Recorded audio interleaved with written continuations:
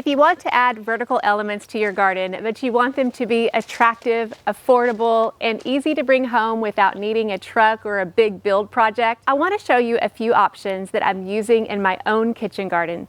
These are simple, inexpensive trellises that still look nice and do the job. Let's take a look at what I chose and what I'm growing on each one. In general, when it comes to arched trellises, I've been a huge fan of the simple cattle panel. But for my kitchen garden, I wanted something a little bit more attractive, and I just wanted to make a different statement, but I also didn't want to spend hundreds of dollars to do that. I recognize that in gardening especially, more often than not, you get what you pay for, but especially for something like this, I wanted to try something a little bit cheaper just to see how well it would work. This particular arch trellis came from Wayfair, and it was very inexpensive, less than $35 for these trellises. But I liked them because they were basic and easy, and my main purpose was to span the space between these two raised beds. That's one of my favorite ways to use vertical gardening, is to do it between two raised beds. As you can see, this bed is filled mostly of non-vining plants, which means I don't need a whole lot of space to grow the plants I'm growing on each side. In this side in particular, my plan is to grow cucumbers. I actually have some that are growing right now. The nasturtium beside them is getting quite large, so I'm having to prune back the nasturtium so I can make sure the cucumbers get enough sun until it outgrows the potatoes and the nasturtium around it. And then I also am doing some training of the cucumbers. My goal is to have these obviously fill this trellis and just create this beautiful space. On the other side, I have 2 tomatoes growing. I've never actually grown tomatoes up an arch trellis. I know that's something that a lot of people do, but I've just used other types of trellising in the past. For these 2 tomatoes, I chose Verona and Eva's Purple Ball. Verona is a variety that I grew last year that did really well in the heat. It produces great sized tomatoes, but it also vines pretty well. So I'm hoping that not only will it vine and take over this trellis, but I'm hoping because it produces well in the heat, I'll be able to have it for longer in the season than I do a lot of my other tomatoes. And on this side, I have a variety called Eva's Purple Ball. This is another one that has been a tried and true variety in my summer garden. It produces about billiard-sized tomatoes that does really well in the heat. But I also thought if I gave it a chance to vine, maybe it will do better than it's done in a cage in the past. Now, one thing I will have to do with these tomatoes, because I'm growing them up, I'll definitely have to prune them. So I am keeping an eye on them pretty much every few days, and I'm taking off the suckers as I can because I want them to grow up and I want them to fill. I don't want them to take over the rest of my garden. But again, like on this side, you can see that I have non-vining plants in the whole other raised bed. I've got garlic, I've got some peppers, some sunflowers that volunteered from last year, which is a nice little surprise. And then I've got basil tucked in here and there. So overall, I will say that I'm really thrilled with the look of this arch trellis. I love being able to look outside my window and see this. And actually these flowers were kind of a happy accident. I actually hung them out here to get some rainfall after we hadn't got much rain. And then I thought, these look really nice. So I think after the pansies kind of burn up in our heat, I think I'm going to add some more of the hot season flowers and maybe even do something like petunias to try to help with some pest control. Every time I've planted petunias around tomatoes, I've actually not had much of a problem with hornworms. So this will be an interesting experiment, but so far I'm really enjoying the look. Now, the key is this going to last a long time? Honestly, I don't know, but at the price that I paid, I'm willing to take a chance. Assembly was actually really easy.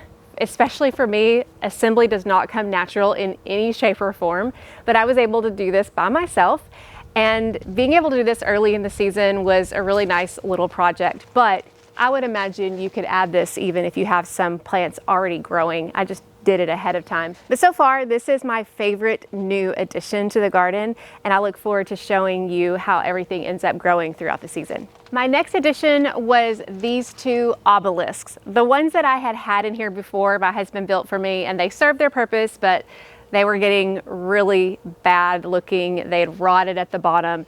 And I also wanted something that matched the aesthetic I'm going toward and matched the arch trellis as well. So I wanted something black. Again, I bought these from Wayfair, and the purpose was to have attractive but small support for this elevated raised beds. And my purpose was to be able to trellis crops like these peas and even cosmos. We'll see how sturdy they end up being if I want to put something a little heavier on it, like cucumbers. I'll have to be honest, I thought that they were metal, but they came plastic. That was obviously my bad of not looking at that, but they are plastic. They were a little bit more flimsy to put together than I had anticipated, but so far they've been doing really well. Of course, they're not covered with something, which I've noticed that if trellises fall over, it's usually when they're covered with something. It makes them heavier and then the wind can catch them better. But so far, so good. We'll see how they go. Putting them together was actually really easy. And at $25 a piece, I thought they were worth giving a try, and we'll just see how long they last. I honestly don't mind testing things. That's a little bit cheaper, but I also know what I'm getting into. Now, the last trellis system I'll show you in my kitchen garden you may have seen before, but it's one I started trying for the very first time last season, and I loved it so much that I definitely am bringing it back this year, but I am using it for more than I did last year. Here we have my Garden in Minutes tomato cages. You may remember last year that I primarily used these for tomatoes, which is what they were made for, and it's what I'm using them for here as well. But I also last year used them for cucumbers and cantaloupe, so I realized that they are more than just for tomato cages. Here I've got potentially 3 different crops growing on these 2 Garden in Minutes cages. You can see right here I have some snap peas. These are the sugar magnolia. They're the purple potted peas, and I've got them planted on the inside where they're growing really tall. I just love these. These are so pretty this time of year. But inside the cages, I've got tomatoes, which again is really what they were created for. But one reason I love these for tomatoes, I've noticed this last year, is I don't have to worry about pruning. I can just set it and forget it. If I want to prune it, I can, but if I want to just let it go, then I can.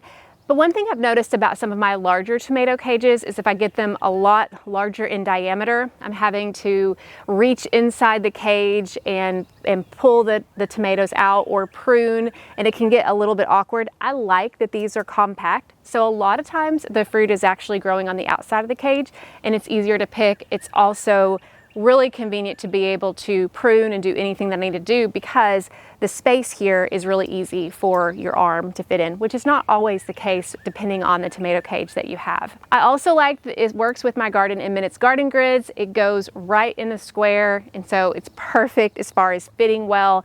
I went all season long. These did not fall over. They stayed firmly in place. And that gives me hope that these are actually very sturdy, and I can tell a difference in quality here. The other trellises, I definitely went with the least expensive method. I feel like that I can tell a difference in how long they're gonna last. I'm hoping the arch trellis lasts a little longer because it's metal, but these for sure are going to be durable for many, many years.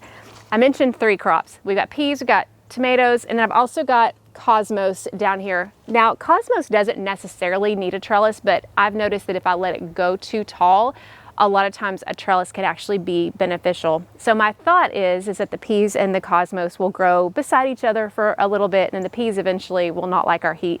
The cosmos can kind of take over. And I also have an idea. We'll see if this actually will come to pass. But I thought about adding some kind of a horizontal support between these 2 cages and then adding a hanging planter of petunias from here. So I'm kind of getting used to the idea of bringing things up a little bit more, and we'll see if that actually happens. But one other thing that I really like about these tomato cages is that they are perfect for grow bags. So I have another area where I'm growing tomatoes, peppers, cucumbers, in grow bags. Now the peppers, I'm not using these. I could, but it's kind of overkill. But for the tomatoes and the cucumbers, they are perfect to be able to fit into grow bags. I know in the past I've had a hard time trellising in grow bags because a lot of my cages just don't fit. These fit perfectly. So between the arch and the obelisks and these cages, those are the 3 primary types of vertical elements I am using in my kitchen garden. So far, I'm loving them. And another side note that I've really enjoyed with all of these, but especially the arch trellis and with these, is that the birds love to perch on them. And I'm like, the more birds, the better, because they always have some kind of worm in their mouth. And to me, that's easier pest control. I wish they would have gotten on the cabbage worms a little bit more than they did. But regardless, I love seeing them out here. Now, I also have a small little trellis that spans my green stalks, but you can see last week's video to be able to see what that is. I've got some peas on those. And if you're interested in any of these, I'm going to put links in the description. I'm not sure about Wayfair. I don't buy from them all that often. I have a few times, but I don't know if their stock changes like Amazon does. But I do know the Garden in Minutes tomato cages are usually in stock until they sell out. So if you're interested in these, I highly recommend checking them out, and we'll put the link in the description along with a discount code for your purchase off of regular priced items. These are just 3 trellises I'm using in my kitchen garden, but I've used many others in my large garden, including 3 other ways I've trellised tomatoes. If you're interested in 6 other trellis ideas I've used in the past, check out the link in the description to download my Trellis Ideas Guide. And if you'd like ideas on how to trellis your tomatoes in particular, take a look at this video next.